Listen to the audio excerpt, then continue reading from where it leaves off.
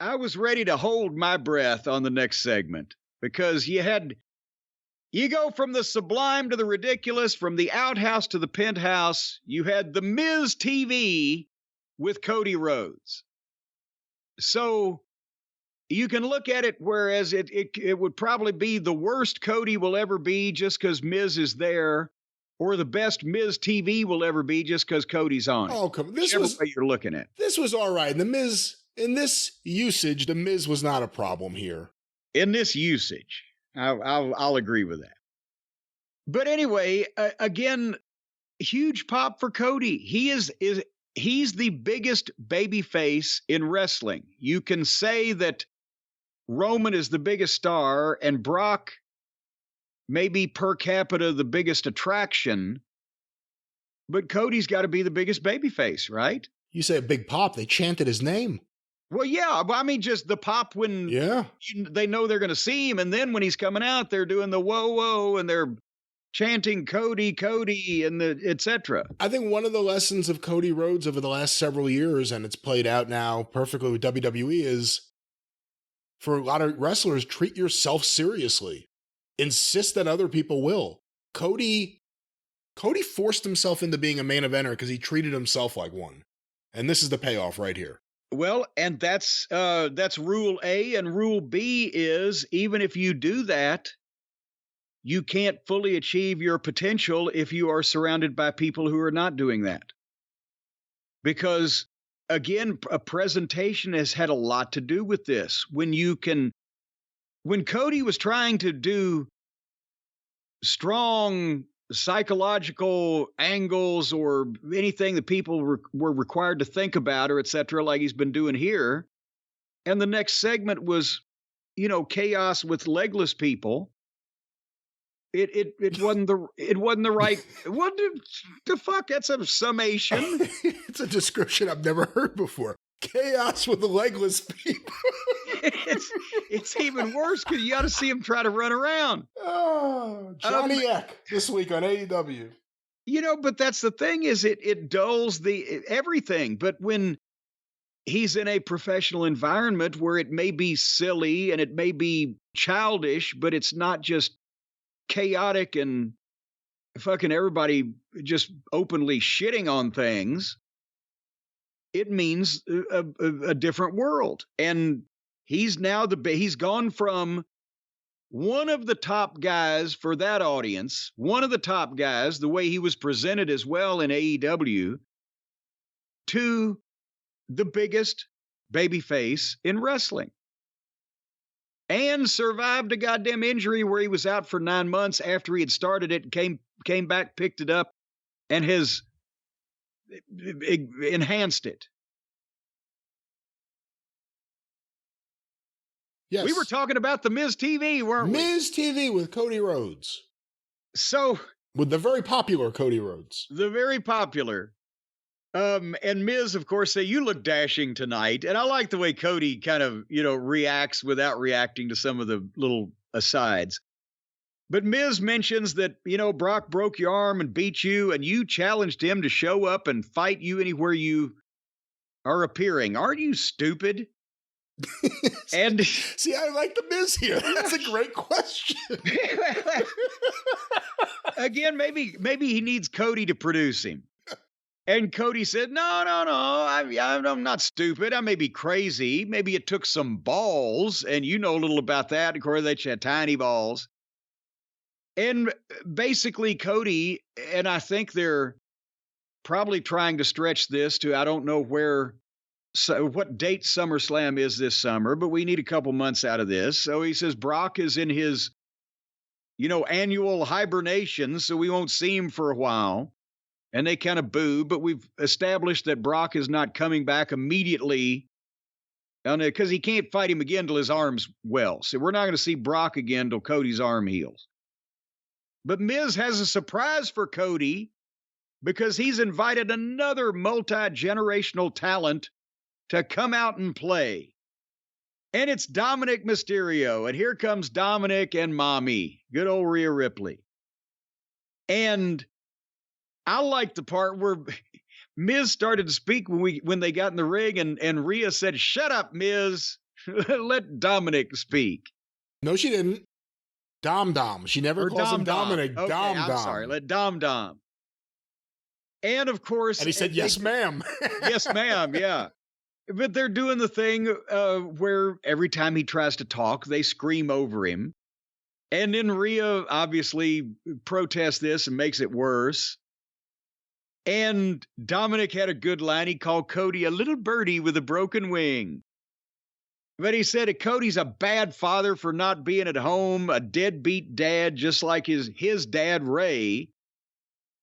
And that whole thing. And Cody came back with Dominic's, I know your 15 minutes in prison was rough. And that, you had to go through at WrestleMania the public spanking by your dad. But I'll agree with you. I think your father, Rey Mysterio, has made some terrible mistakes. And I'm looking at one of them. And all the people just...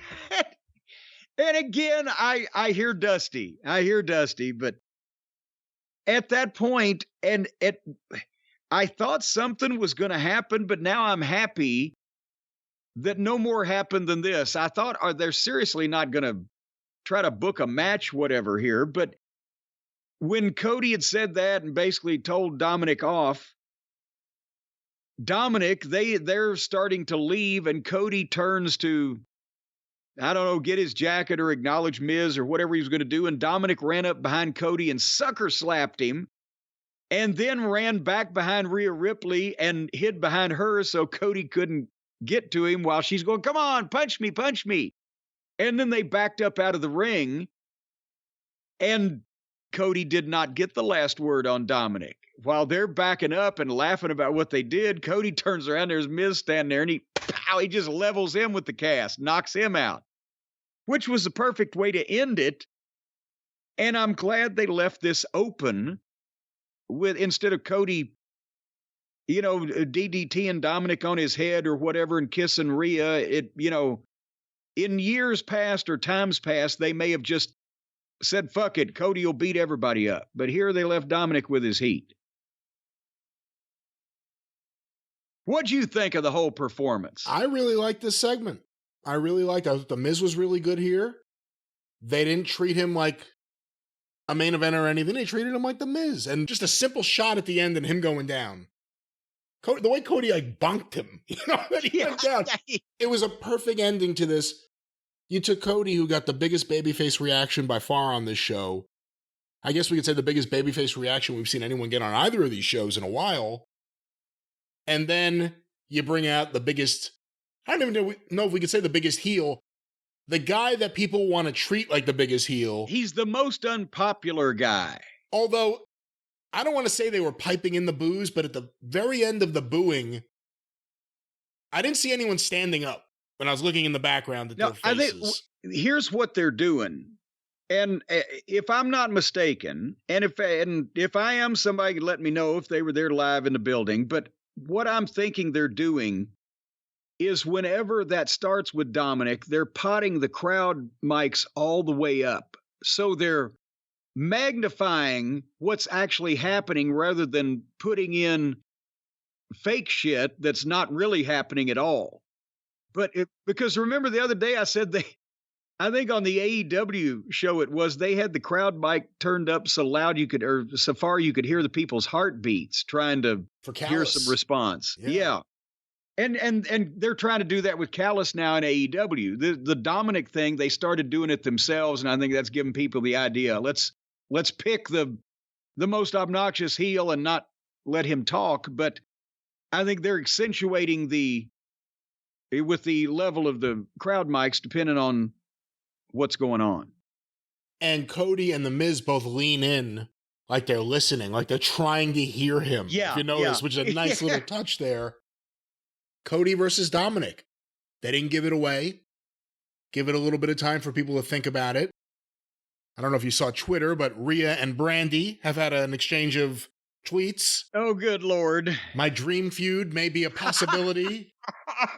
If Rhea Ripley feuded with Brandy Rhodes, first of all, that will turn Rhea to the biggest babyface ever. Second of all, it'll be the greatest feud in the history of wrestling. And both of them can say to the other, I'm mommy, bitch. I don't even want to start guessing what Brandy's promos would be, but I would sign up for that. If you promised me that would be on the show, I would watch it. But you know why I don't think they were going to do it? All kidding aside, I don't think Cody could stay the babyface he is with Brandy. Yeah, there would be an element of that. Yeah, and I would love her as a heel because I think she would be a dynamite heel on the mic. You think Dominick's getting booed? Put Brandy out there. But we're going to get Cody versus Dominick at some point, and the development of the Dominick Mysterio character and the relationship with Rhea has been fantastic. And just like the Bloodline, like I said before about the Judgment Day, I want to see where all this is going. They didn't get them away from Rhea when she got the world title.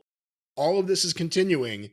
And Dominick Mysterio's gone from a guy we didn't think had much of a future because he wasn't showing much other than a smile to maybe the most enjoyable heel in the business. Well, and remember, it looked like that we talked about it, that they may separate Rhea because she was becoming, a big star on her own. But now they're kind of having their cake and eating it too, because they didn't have to. It looked like they were going to switch her babyface because people were cheering for her. They didn't have to. But with her as the women's champion, still a heel, so she can still be with Dominick. They still love her, but at the same time, she and Dominick are so great together that there's no need to sabotage that by splitting them up. So we're seeing more Rhea Ripley. That ain't bad.